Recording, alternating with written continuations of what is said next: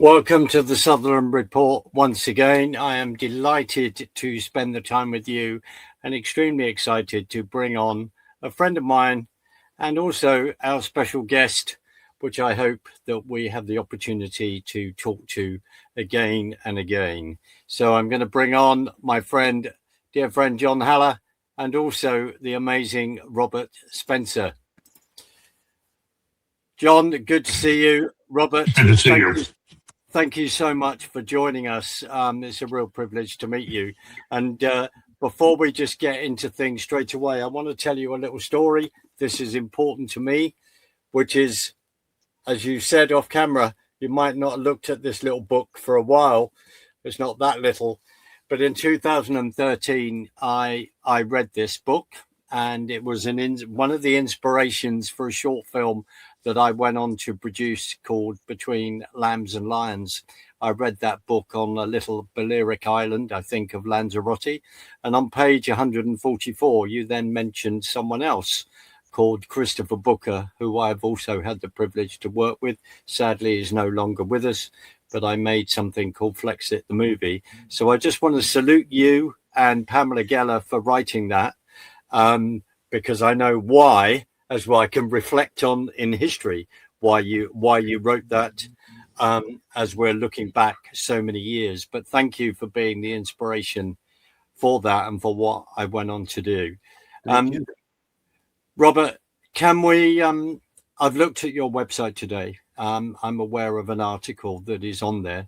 So could we start, if you don't mind, with the appalling events that we saw unfold at Bondi Beach in Sydney, in Australia? I would like to hear your comments. I think we could spend all the show on this in regard to politicians ignoring warnings, etc. Mm-hmm. But you're the person to talk to, Robert. Just give us your opinion, please.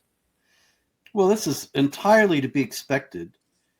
Anybody could have seen it coming, and there will be many more attacks like it. And so we have to ask, is the Prime Minister of Australia and the government of Australia in general stupid or evil? The same thing could be asked of the governments of Britain, of various countries in Western Europe, and of the United States and Canada. Do they really not realize that this sort of thing will keep on happening? Or do they not care? Or do they even want it? And I think that there is a case that can be made for the idea that this is something that they don't consider to be a negative. Now, you might think this is a crazy conspiracy theory. I don't think it's really that much of a reach. These people are socialist internationalists. You know, in Britain, that Starmer was, we've seen his membership in the Communist Party when he was a young man. And he went to, to Czechoslovakia, I believe it was, for training. There's no indication that he's moderated his views since then. And so what would a socialist internationalist think of these things happening? He would think, this is exactly what we need in order to destabilize, weaken, and ultimately destroy the existing system so that we can replace it with our own authoritarian socialist internationalist utopia. And they're trying to use the Islamic jihadis as a cat's paw to destroy the existing system. And then they think they'll be able to take advantage of the wreckage to build their new workers' paradise.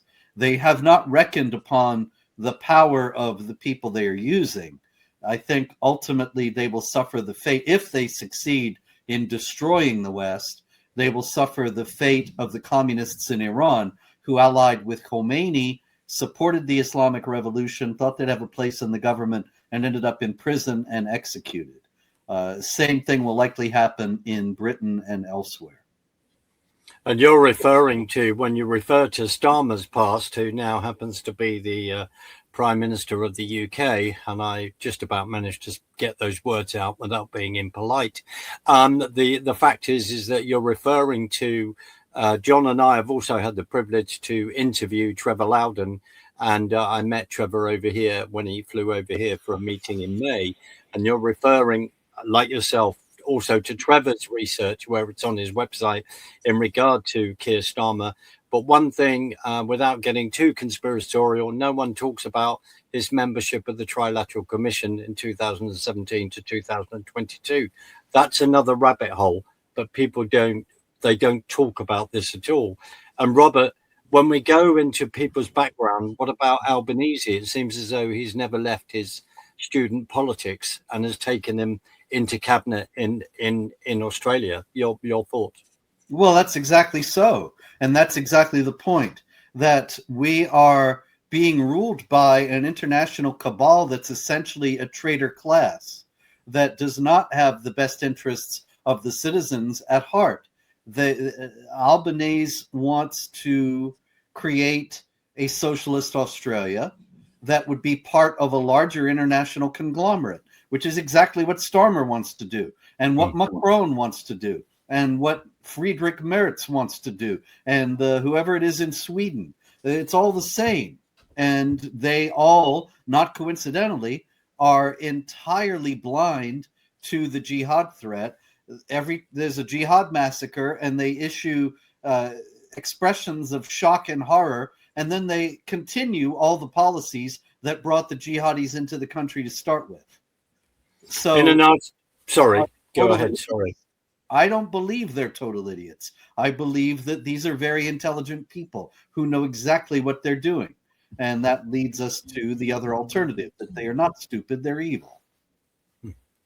And if we look at the article that's on your website, and suddenly, please correct me, we seem to get the opinion that now all Australia is suddenly not talking about the appalling tragedy that's gone on, and the just ignoring that after having many warnings, including from the Prime Minister of Israel, Bibi Netanyahu, where he's talked about writing a letter to Albanese, and the fact that they're all suddenly talking about gun control and how can this man get hold of 6 guns? Robert, where do we go with this? That fits precisely into the idea that this is something that the elites want, because this is something that Albanese is going to use in order to institute more control of the citizenry and make it more difficult for them to fight back against tyranny. And so the gunman in question, he didn't get the guns legally, and he doesn't care what laws they're going to be on the books. Jihadis are always going to be able to get guns. Gun control laws aren't going to stop them, but they're going to stop the people who might resist the imposition of an authoritarian regime in Australia. And we are at this present point, as far as if my memory serves me correct, we're looking at 12 dead. One of them is one of the terrorists, but we are also looking at 29, 30 people injured, some of those very seriously injured, that are in hospitals in that area at the moment. I believe Robert, it's 15 and 40 now. I do apologize. Sorry. Thank you for saying that. John, do you want to jump in, because I'll just quickly say this, Robert, as well. You know, we look at Mark Carney, we look at Canada, we look at Trudeau before that, and certain incidents that happened there as well. So mindful of all of this. And also, John and I, as you are, Robert, are then concerned about, for argument's sake, America. How come other Arab nations have then banned the Muslim Brotherhood, right? The UK seems to have a bit of a problem on this. Suddenly, I think President Trump is going, we need to ban the Muslim Brotherhood. I'm also aware of, or maybe not, right? We'll come to that. I'm also, and I just want to say this, Robert, that sadly, you correct me, you were banned from coming into the UK by Theresa May, if I'm not mistaken, to then talk at a memorial in regard to the appalling tragedy, appalling actions that came against dear Lee Rigby. Am I correct in saying that as well? Yes, that's right. It was in 2013. and Pamela Geller and I were going to come to lay a wreath at a memorial. That's all. Not speak, not agitate, not bring down the government. And in any case, we were banned from the country. As far as I know, the ban is still in place. And it's noteworthy because so many jihad preachers have entered Britain and spoken without any difficulty to large crowds since then. It's very clear that the British authorities don't really mind if you speak about jihad violence as long as you're in favor of it. If you're against it, then they don't want you in the country or they want you silenced. But if you're for it, then come right in. And Melanie Phillips' book Londonistan raises all of those issues quite rightly. Robert, did they ever explain to you why you were banned, even though you've just explained the obvious to us? But did they ever explain that? I was banned for explaining the obvious. Right. They sent me a letter from the Home Office. I remember I was right in this office, and the truck came with and the delivery guy comes out, and he was actually impressed and said, "It's from the British government." And I thought, oh, great. I know what this is going to be. And it said that I was forbidden to come into the country because I had said that Islam has doctrines of warfare that entail the subjugation of unbelievers. Now, that's a fact. That's not something I originated. It's not a lie. It's not a falsehood or a fantasy. It's a readily demonstrable fact from the Islamic texts. And so the British government essentially banned me from the country for saying something on the order of water is wet. In other words, Robert, been following you for a very long time. Unfortunately, it doesn't seem like the situation has gotten better over the last, in fact, I think it'll be 25 years this year is the 25th anniversary of remembering what happened on 9/11. Maybe we could just go straight to the Bondi Beach attack and tell us a little bit about what you saw, both in what happened, how the police response was, and then the news conferences afterward. I'm sure you've seen these, especially one police woman saying, well, we're all for diversity. That's our strength here. And so just comment a little bit on what we saw happen yesterday in Sydney. There were so many terrible things about it. One was that they were able to keep firing for fully 10 or 12 minutes while the police stood by and did nothing, which once again, you have to ask, were the police completely incompetent? Possibly. I'm not going to assume that the police had their best people out at this point and at that precise place and time. But it is also possible that they were told not to go in, that the government wanted there to be as many casualties as possible. And here again, why would they want that? In order to destabilize and destroy the existing system, to set Australians against one another, to make native Australians believe that they're unsafe, and they are, and to allow the Islamic jihadis to enjoy this victory and to continue to advance until ultimately they attain their goal. Now, the other aspect of this is that these were clearly trained cadres.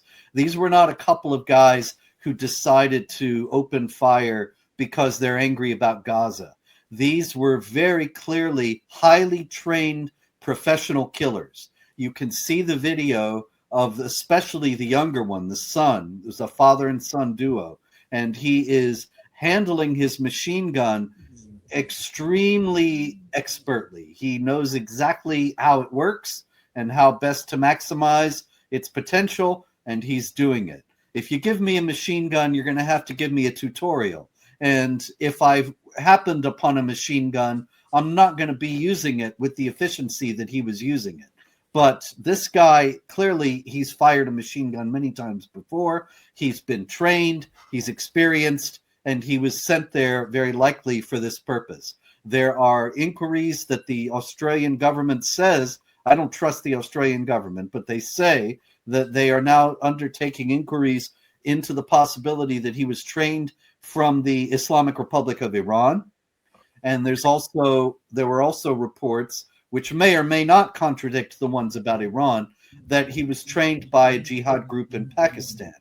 But whatever may be the case in that regard, the worst aspect of this is that here you have a trained jihad killer, and he just waltzes into Australia with no problem whatsoever.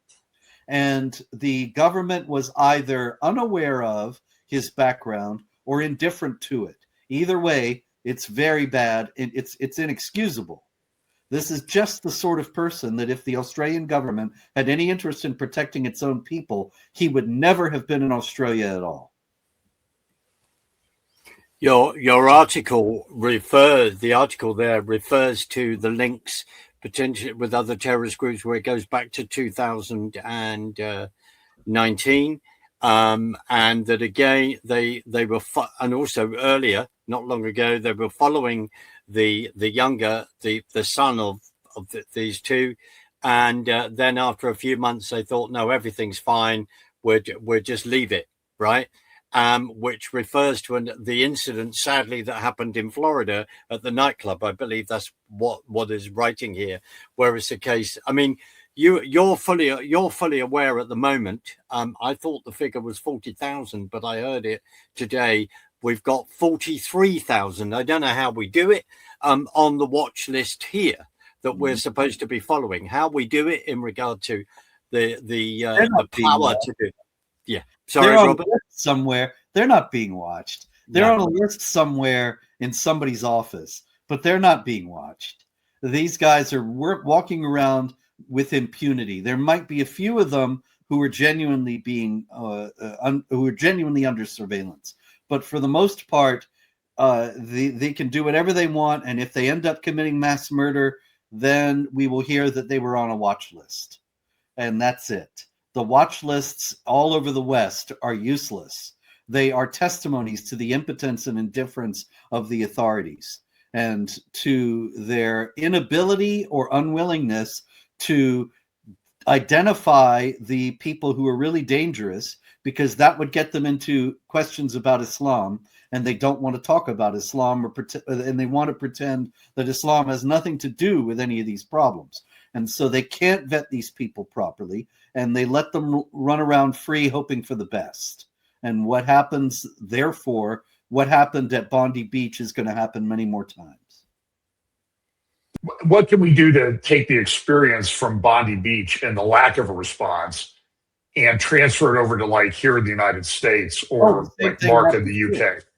Same thing happens here all the time. As a matter of fact, the same thing happens in the UK, in Australia, in Germany, France, Sweden, Italy, United States, Canada. I used to do a show every week with David Wood called This Week in Jihad. Yeah. I haven't been feeling so well lately and haven't been doing it. Can't keep up with everything, but we did also, there was another issue. We did so many episodes, and it was just that. This Week in Jihad, we would cover the jihad news that I have at jihadwatch.org every week. The problem is it's always the same. And this is how it is. You could have a template on your computer, and it says on blank date, and you type in December, 13th, 14th at blank Bondi Beach, Sydney, Australia, an Islamic jihadi or this number of Islamic jihadis killed this many people. And afterward, the local mosque said that they were worried about Islamophobia. The local press focused on the Islamophobic reaction, and the local police said, this has nothing to do with Islam, and we love diversity. This is what happens every last attack, and this is how it's been for years. And so what can we learn from the Bondi Beach attack is what we can learn from every last jihad attack going back to 9/11, and that is that we're approaching this all wrong. And that this fictional construct that we have put into place about how Islam is peaceful, tolerant, and benign has no doctrines that we need be concerned about, and nothing within its teachings that possibly incites any of its adherents to violence. And in the unlikely event that any of them do commit an act of violence, it's not the fault of the religion. And the worst thing we could do would be to think that it has anything to do with Islamic teaching or call upon Muslims to look to themselves or reform. What we have to do instead is bring more of them over here and show how welcoming we are. And then everything will be okay. These are all a series of false premises built upon each other. And it just gets higher and higher and higher, but it's inevitably going to collapse because every last one of these propositions is not true. And it might be very comforting to people to think, I am tolerant and broad-minded, and I am not narrow-minded, bigoted, and racist and Islamophobic. And I don't think that I need to worry if my neighborhood becomes 50% Muslim because they're just like everybody else. And they are. Human nature is everywhere the same. There are wonderful people who are Muslims and terrible people who are Muslims.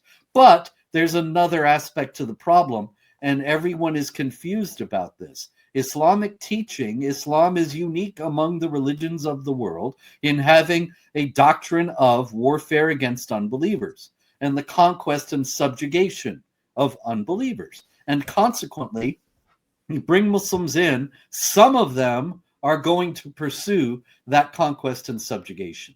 And the longer we pretend that this is not possible and will never happen and could not happen, and the only bad people in the scenario are those who are pointing out that it could happen, the more it's going to happen. Robert, am I right in saying that David Wood was also, if I've got the person right, was also banned from coming into the UK as well? Yes, that's right. I believe he was going to go there a few months, maybe about 6 months ago, and was banned. Yes. Was he given a good reason for that as well? Did a van turn up with another letter from the British establishment saying that? I'm not entirely sure. You'll have to ask David. But as I recall, he was filling out some kind of a form for the visa as a pro forma thing just to get into the country, and then suddenly it says, no, you're blocked. You're banned. I don't know that there was an explanation in his case or a letter. It was all computerized. Maybe I was dealt with in an earlier age when things were still handled by the post. So what you raised is that sorry, John, that what you're raising, Robert, we could say without sounding too conspiratorial, a phrase I seem to be using constantly in this interview, is the fact that there is a list and he was on it. Oh, yeah. Oh, yeah. There are many of us who've been banned. Pamela Geller and I were banned at the same time because we were both going to go to this ceremony for drummer Lee Rigby. And then trying to remember some of the others. Martin Sellner out of Germany and his wife, Brittany, who's an American. They were banned from the country. Geert Wilders, of course, the Dutch politician, was banned, but he was able to appeal successfully. Pamela Geller and I appealed, but we lost the appeal. And so Geert, I believe, can go in. But there's also, I kept a list for many years, both of jihad preachers who got in with no problem, and also of foes of jihad violence who were banned. And I think you can still find both in the archives at Jihad Watch. Running tally. Wow. John, go ahead, please, sir. Well, so let me maybe shift gears a little bit away from Bondi Beach, because we can agree that this was clearly an act of terror. They weren't offenders, they were terrorists. But I'm really concerned, Robert. Mark and I were just in Israel. I was also there a couple of weeks before him. We were down at the Gaza envelope and traveling around different communities in Israel, learning about what's going on there. And So there's this, and I've been covering this on my own personal news updates that I do each week. I don't know how to say this in a Christian way, but what in the Sam Hill is going on with the Trump administration in Qatar and this supposed, which Mark interprets as a ban on the Muslim Brotherhood, which it is not. So unpack that a little bit for us, because it's hard for me to explain rationally what's going on. Well, yeah, in the first place, the ban on the Muslim Brotherhood that came from the Trump administration was not a ban on the Muslim Brotherhood. It was a declaration that there ought to be the beginning of an inquiry into whether the Muslim Brotherhood should be banned. But it wasn't even, in that case, the Muslim Brotherhood that threatens the West. The Muslim Brotherhood chapters in Egypt, Jordan, and Lebanon were named as being banned or under the consideration for being banned. The Muslim Brotherhood chapters in Egypt, Jordan, and Lebanon may cause a lot of trouble in Egypt, Jordan, and Lebanon, but that's it. This was really just a gesture of solidarity with the Egyptian government of Assisi, the Jordanian government of King Abdullah, and the Lebanese government of Joseph Aoun. That was it. The Muslim Brotherhood in the United States and the Muslim Brotherhood all over the West comes out of Qatar and Turkey and gets its funding from those countries. And in the United States, every major Muslim group, most notably the Council on American Islamic Relations, is a Muslim Brotherhood organization in some form or another. It's linked in some way. And it's Qatar and Egypt that is funding all that. Qatar and Turkey, that is funding all this. And so the Trump administration did nothing about that. Now, why? And why is it that 9 years ago in 2016 on the campaign trail, Trump said Qatar was a main threat, a big threat in financing terror, and now they're our great pals, our wonderful friends? It seems as if he has been the successful victim of an influence operation.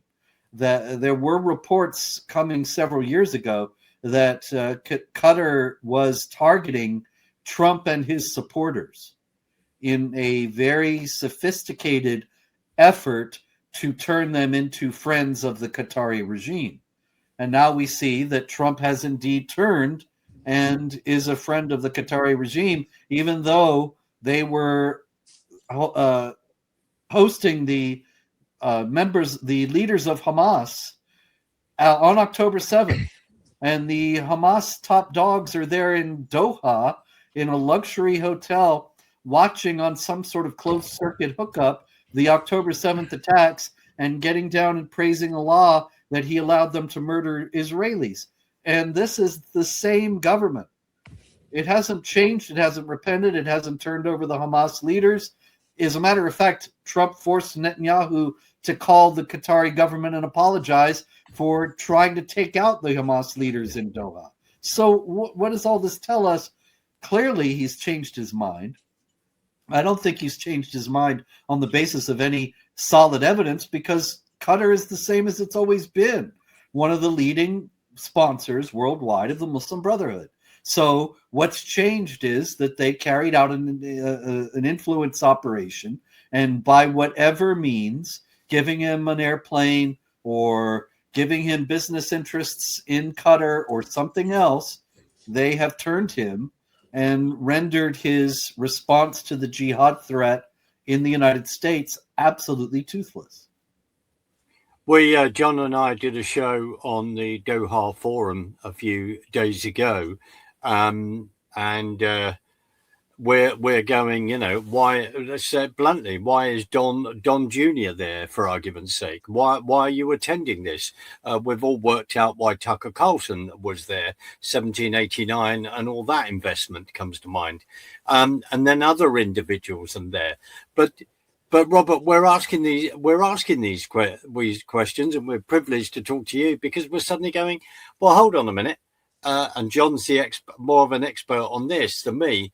but we've even got the new Syrian leader, you know, in the White House, for crying out loud. How many millions of dollars were on his head a few months ago, and then there he's playing ball with one of the CENTCOM generals. Robert, you know what is going? It is. It's embarrassing. Right, go on, sir. Go well, on. the guy, he's Al Qaeda. There's no indication that he's changed, except that he's wearing a tie. The guy, just a few years ago, was not only Al Qaeda, but was allying with ISIS. And what's happened since he's taken control of Syria? There have been mass murders of Christians, Alawites, and Druze. Yes. What did jihadis do but engage in mass murder and ethnic cleansing of targeted non-Muslim populations so that they can take over and Islamize a whole area more easily? And that's exactly what they're doing now in Syria. Syria was a Christian majority to begin with, hundreds at the beginning in the Islamic conquest in the 7th century. And over time, the Christians were so oppressed that most of them converted to Islam, and those are the Muslims of Syria today. But Islam has not changed, and now he is implementing the same kind of oppressive tactics in order to compel the non-Muslims either to flee or to convert. So how has he changed? Just the other day, they were celebrating the first anniversary of the overthrow of Assad. And how did they do it? By chanting Khaybar, Khaybar, Ya Yahud, the famous chant, Khaybar, Khaybar, O Jews, the army of Muhammad will return. That is a threat to the Jews that Muhammad's army is going to come back and continue what Muhammad did, which was massacre Jews. These are stories out of Islamic tradition that Muhammad first exiled 2 of the Jewish tribes of Medina and then massacred the 3rd, and then traveled to where they had been exiled, Khaybar, and massacred the other 2. And this is what they're saying they're going to do again. So this guy is reformed? There isn't the slightest evidence of that. So why on earth is Trump having him to the Oval Office and acting as if he's the second coming of Thomas Jefferson? It's frankly embarrassing. Is this to do all with the Abraham Accords and going, I'm just trying to find peace? The definition of that, you and I, there's a long conversation on that one. And being totally, all I can conclude respectfully is that totally hoodwinked by all of this. Robert, you're the expert. I just feel totally, and I hear it when you turn around and say, this is embarrassing. You've been shouting about this with all your experience for years and years. So have other people.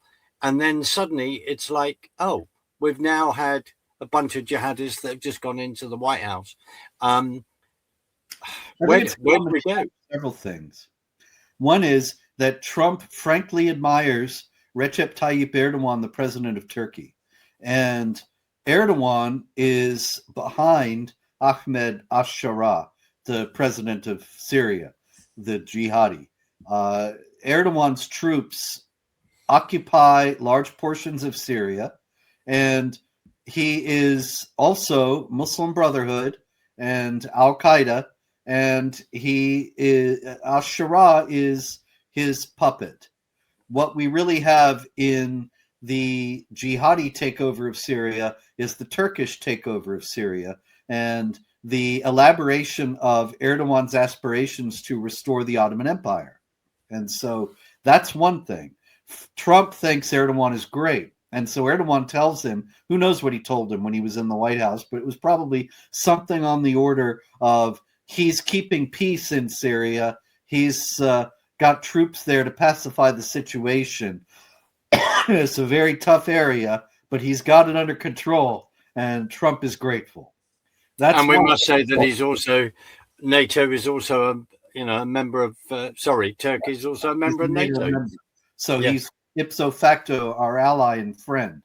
And so Trump is hoodwinked on that basis. Also, Trump is deeply skeptical, and with good reason, quite rightly, deeply skeptical of the foreign policy establishment of the West.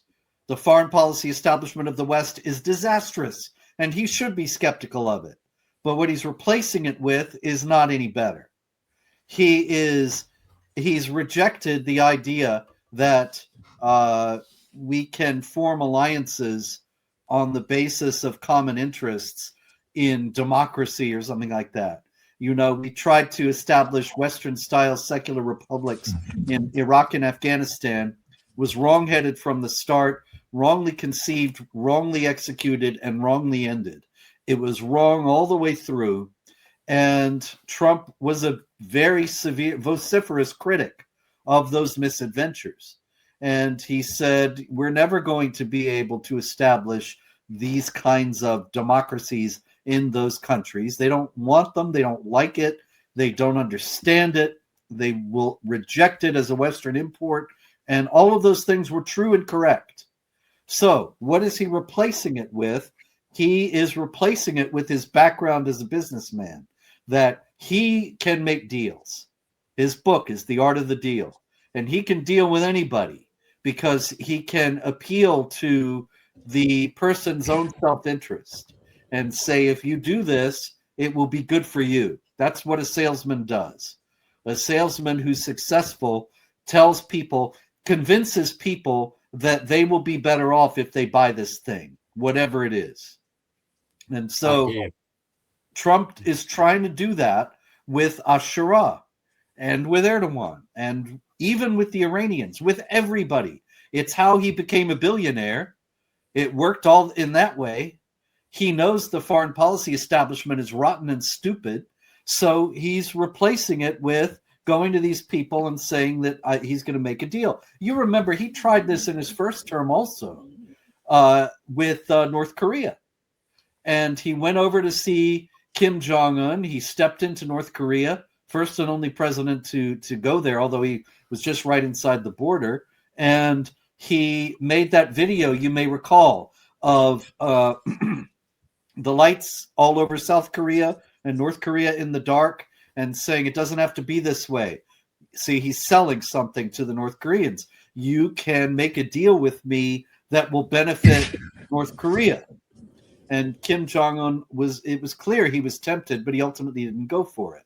And whether Ashura will go for it, or even whether he's even considering it, I actually very seriously doubt it. I think he's just thinking Trump is a fool that he can manipulate. Yeah. But Trump is trying a completely different approach. And I commend him for that, except that it's done with an insufficient understanding of what it means to believe in Islam and how that ideology interferes with his pragmatic considerations upon which he thinks he can make a deal. Right. John, do you want me to bring this graphic on? Yeah, put that graphic up. I want to ask Robert about that. So, Robert, I've been following Erdogan of Turkey for a very long time. He is very clever in the way that he's gone about this. I think he tried to do in Egypt in a short time what it took him well over a dozen years to do in Turkey to consolidate his power. But I wanted to share with this, Mark and I were talking to Ramlan Osman, who I think you may know, when we were in Jerusalem recently. And I shared this poster with her. She was quite interested in it. This was a poster of a rally that was led by Erdogan's son, Bilal, at the Galata Bridge in Istanbul on January 1st this year. And of course, it was a pro-Palestinian rally, but it had some very interesting imagery. I'll just recap it. I use it a lot in my talks about Erdogan and Turkey, which I think is certainly a rising problem that I don't think we really understand. But have you seen this poster before, by the way? Never. Okay. So it says a sun is rising, which is kind of a double entendre since it's led by Erdogan's son. But then it has three big buildings, one on the left. And mind you, this is just a few weeks after the fall of the Assad regime. So on the left is Hagia Sophia.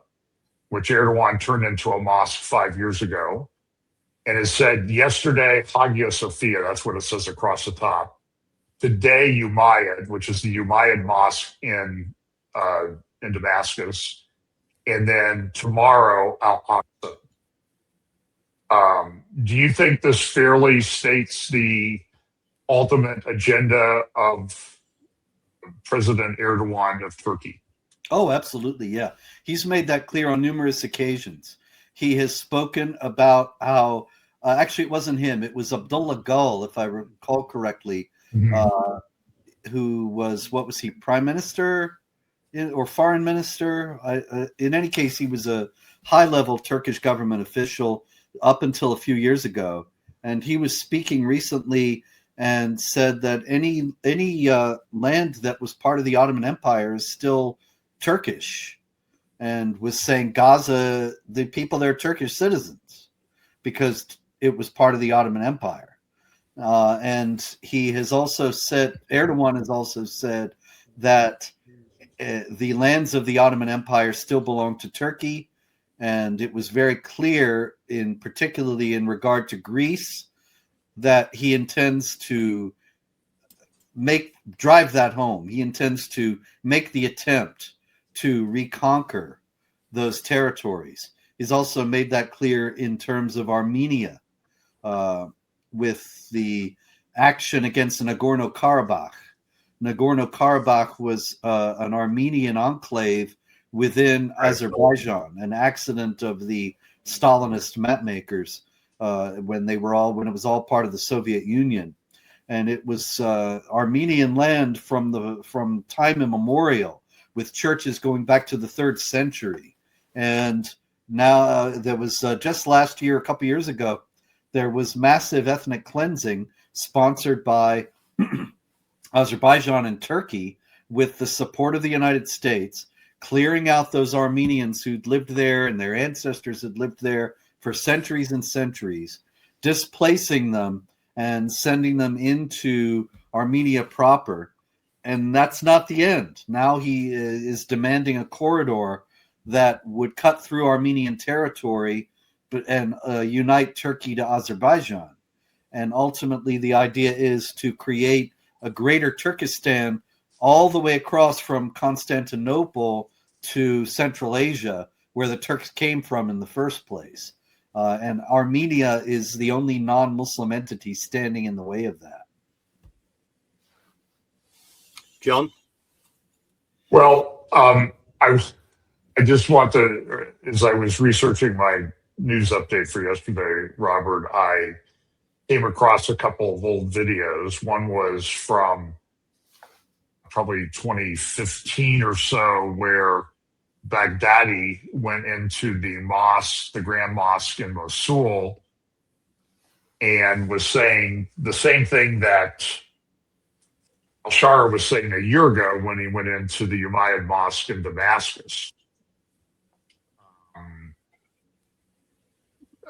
I guess maybe the question is this: who among this cast of characters is the biggest threat that we need to watch out for? You mean between Erdogan and between Syria, Erdogan? We have the Iranian regime. It seems like it's whack-a-mole, but I mean, who's the most serious threat, at least right now, to say the United States? Oh, I'd say Erdogan, because people don't realize he's financing Muslim Brotherhood mosques all over the United States. Those mosques are actively teaching subversion. This is something that is going to become apparent, that isn't apparent now, as to why it's so much of a threat. But you see that what happened in Bondi Beach, going back to the beginning of this conversation, what happened in Bondi Beach didn't happen out of nothing. The ground has been prepared for it for years in the mosques in Australia. It's the same thing here. And that's courtesy of Erdogan right now. The Saudis used to finance the Muslim Brotherhood mosques in the United States.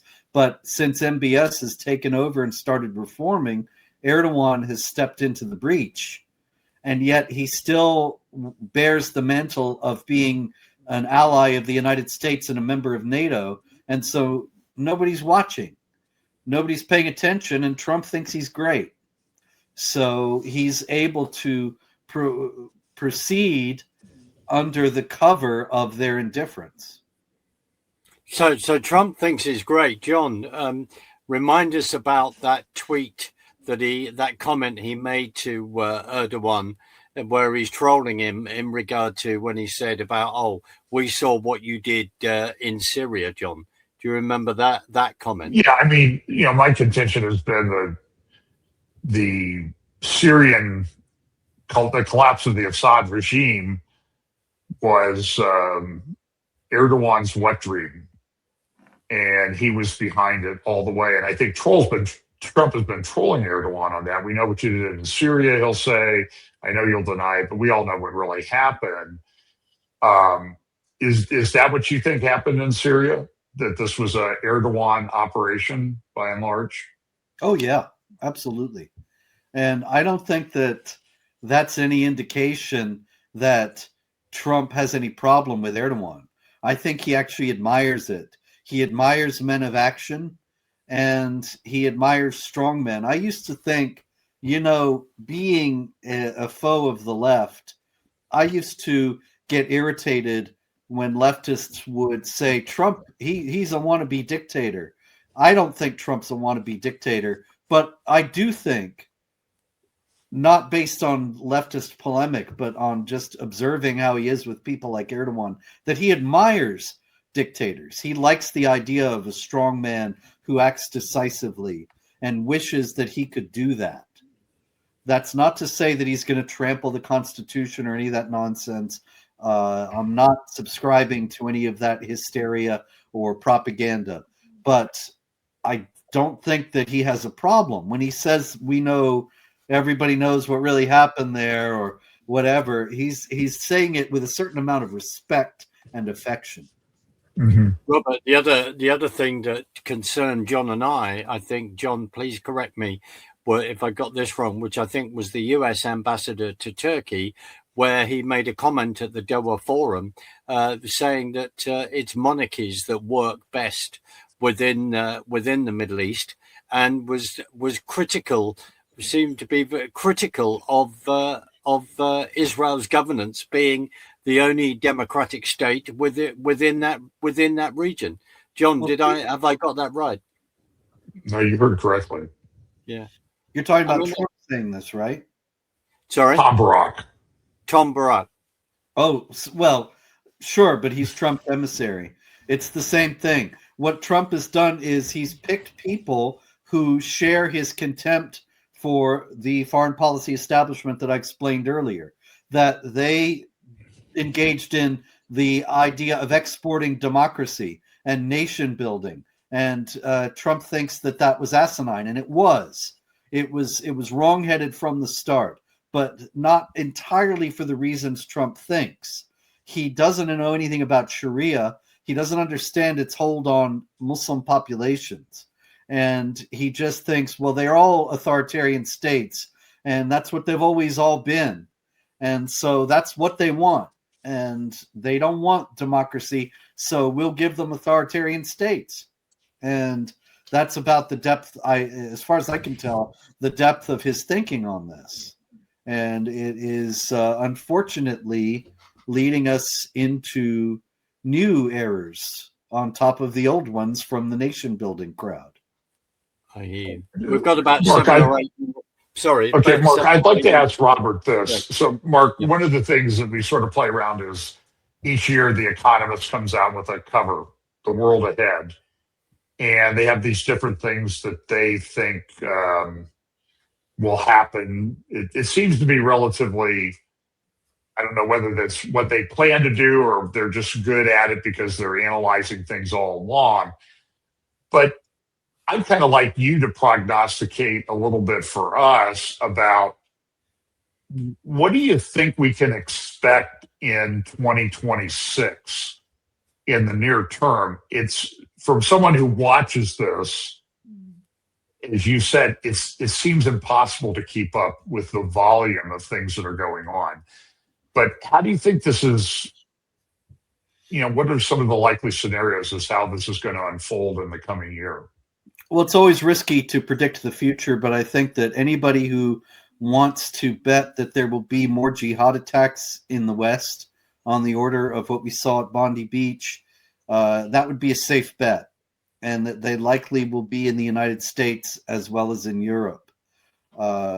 Also, the idea that Trump keeps insisting that he's brought peace to the Middle East will become impossible to sustain as Hamas resumes operations. It survived thanks to Trump, and he enabled it to continue its jihad, and it will continue its jihad, and we'll be seeing that in the coming months. Ukraine and Russia, I would expect that could end in the coming year.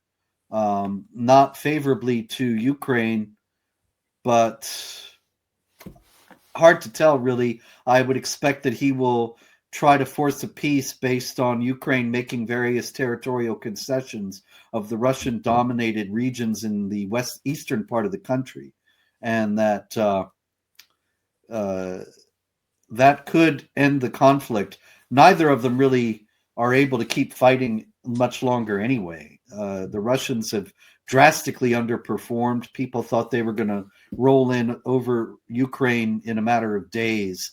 And here we are, 3 years later, and they're still at it. And Ukraine has about exhausted its forces unless the European Union really wants to go in and fight, which they may, because they are suicidally destructive. But barring that, that could end. Now, Robert's right. They are suicidally. Well, I know. Always good to have allies that have that attitude. So, well, there's a long, there's a long discussion there. But I think Robert's observation of what's been of the European governance is outrageous. And we're looking at 4 years. I think it's 4 years next February 26th, since Russia invaded Ukraine. Robert, before we go, there's a lot more we could say, but I want to just quickly give you a few minutes to discuss your new book that's coming out, and I'm just going to flash that up. And The Tragedy of Islam: Failure and Excuses by Your Good Self. When will that be available to buy? It's available to buy now. It will be out in April, but you can order it now at Amazon and I believe at Barnes & Noble. It's a book I've wanted to write for years, and I'm grateful to have had the opportunity. It's about how Islam doesn't work, that it's bad for individuals and bad for societies. I think that the parts about it being bad for societies will surprise a lot of people, because I show that there's a direct connection between how Islamic a society gets and it going into economic and political decline. And that's because it's essentially a parasitical system. And once it destroys the host, it dies. And so Islam, it mandates not that you work. It doesn't have a work ethic. It mandates that you live off the non-Muslim. Impoverished to pay the jizya, you gotta move on and conquer more territories. And once you run out of that, then you're running against the exhaustion of the dhimmi population versus your ability to conquer. And once the dhimmis are exhausted, then your tax base will be destroyed, your economy will go into free fall, and you'll be on the road to ruin. And so the more Islamic you get, the more you're likely to fail as a society as well as an individual. Robert, thank you. I do apologize because I suddenly lost you internet-wise. I did pause and I restarted, and God willing, I've got you at the right point. How do we, Robert, just finally last minute, how do we get you in the White House to speak sense and elsewhere? I'm saying that seriously. I think this is one of the things to really pray for as well. Well, how do we get you in there? Sorry. I appreciate that, and I would go if I had the opportunity, but I'm not waiting by the phone. Fact is, I know several people in the Trump White House, They have never contacted me. They know where to find me if they wanted to, but they know that I'm at odds with the position that they're espousing, and so I'm not surprised that they have not reached out. I am very alarmed and also very sad to hear that. So I think I would say to everyone who watching this that is something we really need to be praying about and pushing for you. Robert, can I just say thank you so much for joining John and I. And when you're free again within your busy schedule, we would love to be able to continue this conversation with you, if that's okay with you, sir. Yeah, thank you. That would be great. I look forward to it. Thank you. I'm gonna play us out, and I'll say goodbye on the other side. Well done, John. After all the tech challenges you've had, it's been a bit of a day, but thank you, everyone. Thanks, Mark.